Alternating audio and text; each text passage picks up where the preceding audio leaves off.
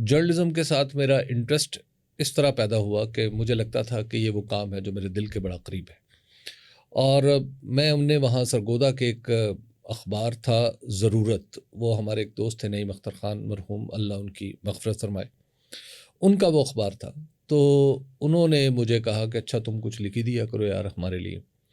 تو وہ اچھا مناسب سا اخبار تھا، تو میں نے اس میں ایک قلمی نام سے ادبی کالم لکھنا شروع کیے تھے. تو وہ ادبی کالم سم ہاؤ انہیں پذیرائی مل گئی، تو اس سے مجھے حوصلہ ہو گیا کہ اچھا میں لکھ سکتا ہوں. تو قلمی نام کیا تھا؟ قلمی نام تھا احمد خان.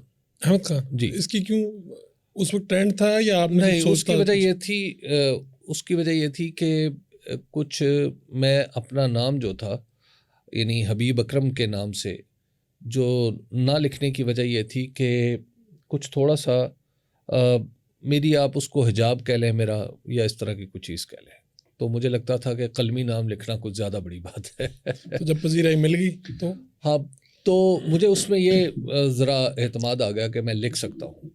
تو پھر اسی اخبار میں نے بنیادی کام سیکھا کہ اخبار نکلتا کیسے ہے، اخبار چلتا کیسے ہے، رپورٹر کے کیا فرائض ہیں، کس سے ملنا ہے، کیا کرنا ہے. ٹھیک ہے. تو ایک دن مجھے ہمارے جو ایڈیٹر بھی تھے نعیم اختر خان صاحب، جو میں ان کا نائب ایڈیٹر ہی تھا ایک قسم کا اخبار میں، تو وہاں 20-25 لوگ کام کرتے تھے. تو انہوں نے مجھے بلایا، ان کا بڑا اچھا دفتر تھا، تو مجھے بلایا. انہوں نے کہا یار حبیب، اور میری ان سے بڑی بے تکلفی تھی، تو کہنے لگے کہ حبیب تم اگر نوکری نہیں چھوڑتے تو میں تمہیں نکال رہا ہوں.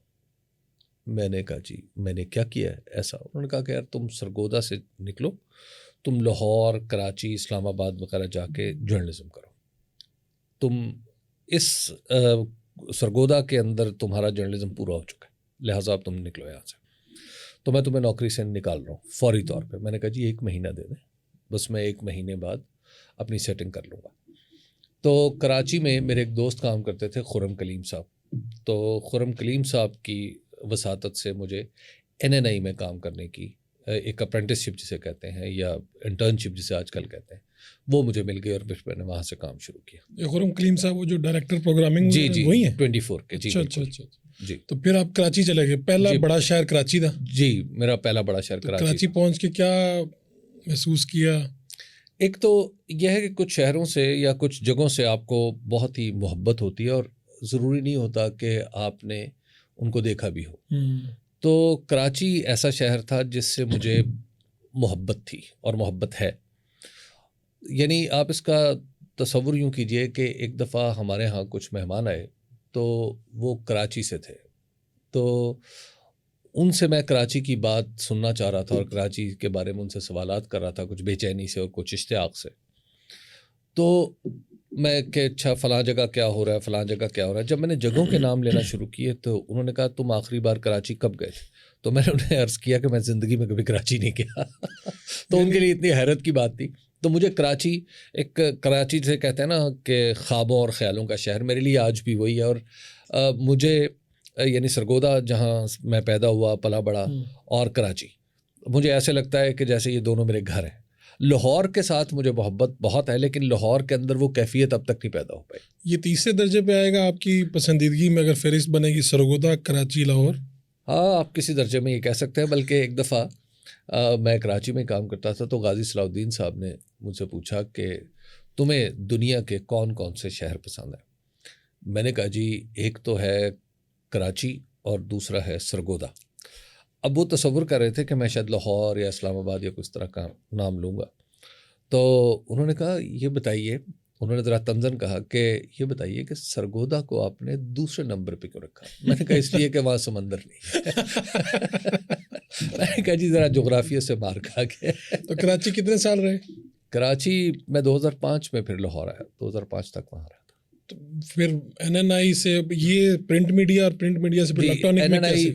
تو ایجنسی تھی تھی. اور اس کے بعد پھر تھوڑی دیر کے لیے اخبارات میں کام کیا. وہاں پہ ایک فائنینشیل پوسٹ اخبار نکلتا تھا، اس میں میں نے کچھ تھوڑا بہت لکھنا شروع کیا. تو پھر PTV کے لیے ایک کمپنی ٹیلیبس تھی جو تجارتی خبریں بنایا کرتی تھی. تو انہیں ایک بزنس کے رپورٹر کی ضرورت تھی. تو اتفاق ایسا ہوا کہ خرم کلیم صاحب وہاں کام کرتے تھے. تو یہ چھوڑ کے چلے گئے کیونکہ جیو آ رہا تھا، تو یہ جیو میں چلے گئے، تو وہاں پہ جگہ خالی ہوگی، تو وہاں پہ پھر مجھے بزنس رپورٹر کے طور پہ ہائر کیا گیا، کیونکہ وہ لوگ مجھے جانتے تھے، میں خرم سے ملنے جلنے آتا جاتا رہتا تھا، تو اس وجہ سے وہاں پہ مجھے نوکری مل گئی۔ ٹی وی میں باقاعدہ پہلا سٹیپ کہاں پہ آیا آپ کا الیکٹرانک میڈیا میں؟ بطور رپورٹر تو وہیں سے آ گیا تھا، وہیں سے جی، ٹیلی ویژن سے ہی آ گیا تھا۔ تو اس کے بعد پھر جب باقاعدہ طور پہ جسے اسکرین کہتے ہیں تو وہ CNBC پاکستان میں آیا، جس CNBC پاکستان میں ہاں جب یہ آیا تو پھر میری حیثیت تھوڑی سی بڑھ گئی، تو مجھے حیثیت مل گئی یعنی اسٹاک اینڈ کموڈٹی اینالسٹ کی، اور پھر رضوان رضی صاحب اور میں ہم دونوں مل کے ایک پروگرام کیا کرتے تھے جس کا نام تھا بیوپار۔ تو وہ بزنس کمیونٹی میں کافی دیکھا جاتا تھا پروگرام، کیونکہ کموڈٹیز کا تھا اور اسٹاکس کا تھا۔ تو یہ آپ کا اپنا یعنی میلان تھا، رجحان تھا اس طرف، جیسے وہ تجارت کی خبریں، پھر اس کے اوپر کہ یہ بس چلتے چلاتے پہنچ گئے؟ دیکھیے سیاست میں دلچسپی میری کبھی بھی ختم نہیں ہوئی، یعنی اور میرا خیال ہے یہ کسی بھی پاکستانی کی جو معیاری دلچسپیوں کی اگر کوئی فہرست بنائی جائے تو ان میں سیاست بھی آئے گی۔